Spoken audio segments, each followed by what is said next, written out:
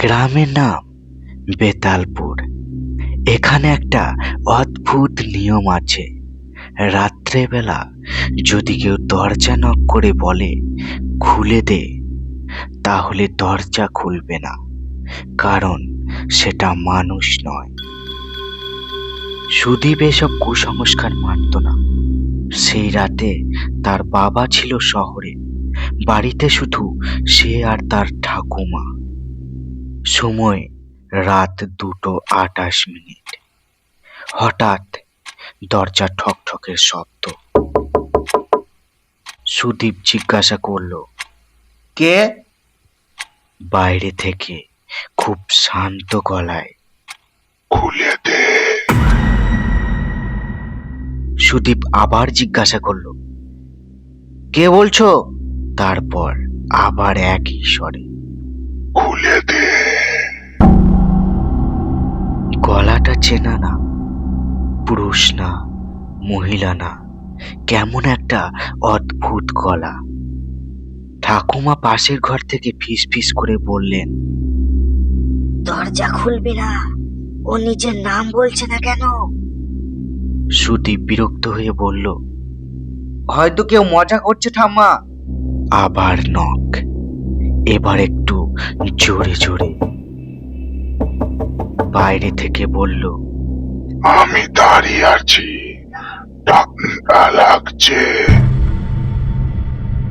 সুদীপের মনে হলো দরজার নিচে দিয়ে কুয়াশা ঢুকছে।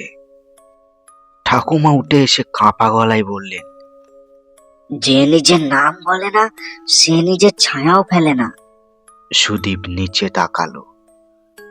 দরজার নিচে চাঁদের আলো, কিন্তু কোনো ছায়া নেই। তার বুক ধক ধক করছে। হঠাৎ বাইরে থেকে শব্দ, নখ দিয়ে দরজা আঁচড় দিচ্ছে।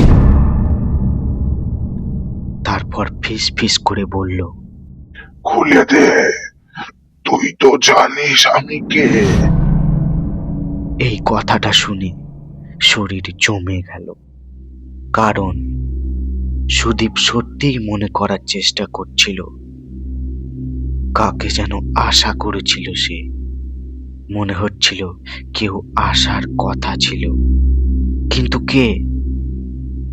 হঠাৎ তার মাথায় একটা ছবি ভেসে উঠল।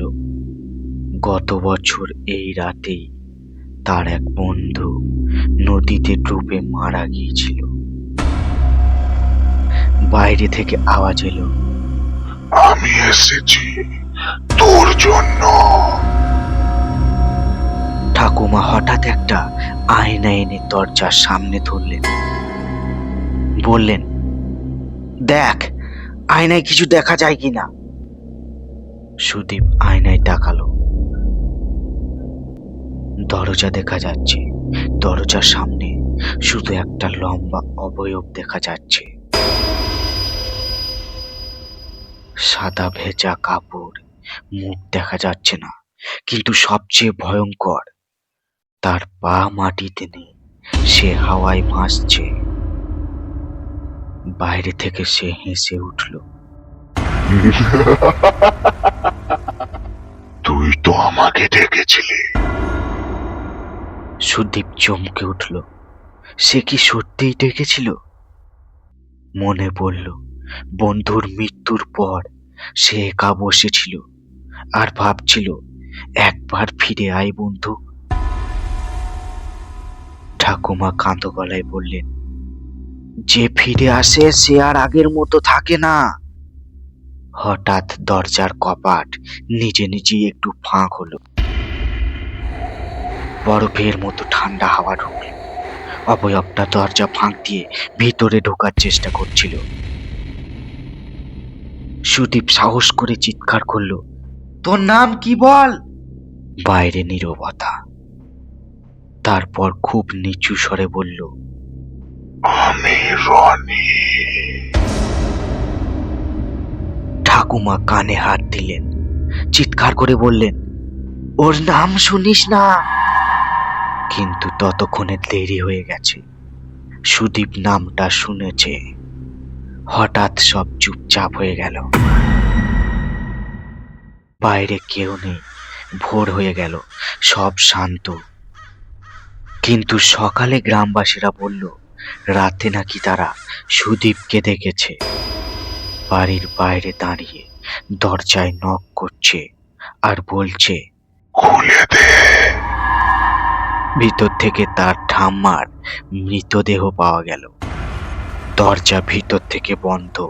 আর সুদীপ, সে এখনো প্রতি রাতে 2:28 কারুর দরজায় গিয়ে শুধু বলে, খুলে দে।